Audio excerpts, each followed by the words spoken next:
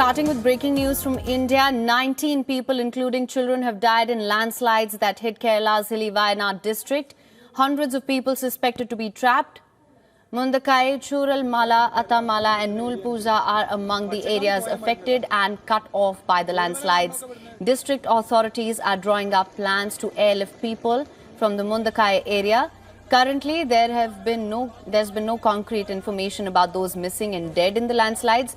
According to district authorities, several families have been moved to various camps or homes of their relatives in the wake of the landslides. Many areas have been cut off. NDRF personnel are trying to reach those places. Meanwhile, Kerala Chief Minister Pinarayi Vijayan said in a Facebook post that 2 Air Force helicopters will depart for Wayanad from Sulur shortly to take part in the search and rescue operations as well. For more on this, we're now being joined by correspondent Siddharth MP on the phone line. Siddharth, thank you so much for joining us. What can you tell us about the situation right now? Indeed, the situation on the ground is, very terrible, to use mild words, in fact, because, this is a disaster that unfolded in the early morning in the wee hours, multiple landslides. This was a place that already having very tough terrain. There's mountains, there's rivers and all of that. In addition to that, in the wee hours when people there did not have power was shut down as part of a precautionary effort to ensure that there are no accidental electrocutions.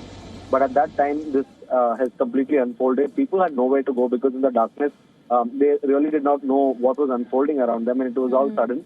And this unfolded in multiple places and in multiple time frames. So it happened at sometime around 1 a.m. In some places it was 2 a.m. Some places it was 4 a.m. And it happened repeatedly. So clearly people did not have an idea of where to go. They did not have any rescue coming there at that time. And clearly, as early in the morning, it was not possible to launch a rescue operation. But now, rescue operation is underway. At least 250 personnel are there at one site. They're NDRF, fire and rescue personnel and local defense personnel. They're all there carrying out the rescue operations. But certainly, reinforcements will have to be called in because the situation there doesn't look good at all. And initial reports itself, are talking about a handful of casualties, and as we speak, mortal remains are being recovered from under the rubble.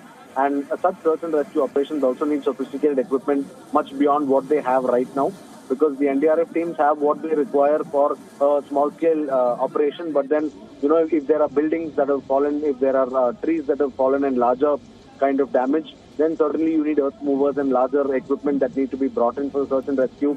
So Rahul Gandhi, the Wayanad MP, has also tweeted about it, and he has mentioned that he's in touch with the local Congress in Kerala, which is in the opposition, and also the Kerala Chief Minister and the collector there. In addition to that, Prime Minister Modi has also tweeted regarding this incident and said that centre is ready to provide all assistance. We're given to understand that the Indian Air Force is mobilizing their helicopters from Tamil Nadu to actually fly to Sulur and undertake their operations there. So certainly from all possible quarters, efforts are underway, but we'll have to wait and watch, how this unfolds, because it's a very complicated rescue operation, and the rains continue there. So this is a district that is quite vulnerable on all fronts at this point in time. All right, well, Siddharth, thank you so much for bringing us the latest on this. We'll, of course, continue to track all developments on this closely with you there. Thank you so much for joining us for now.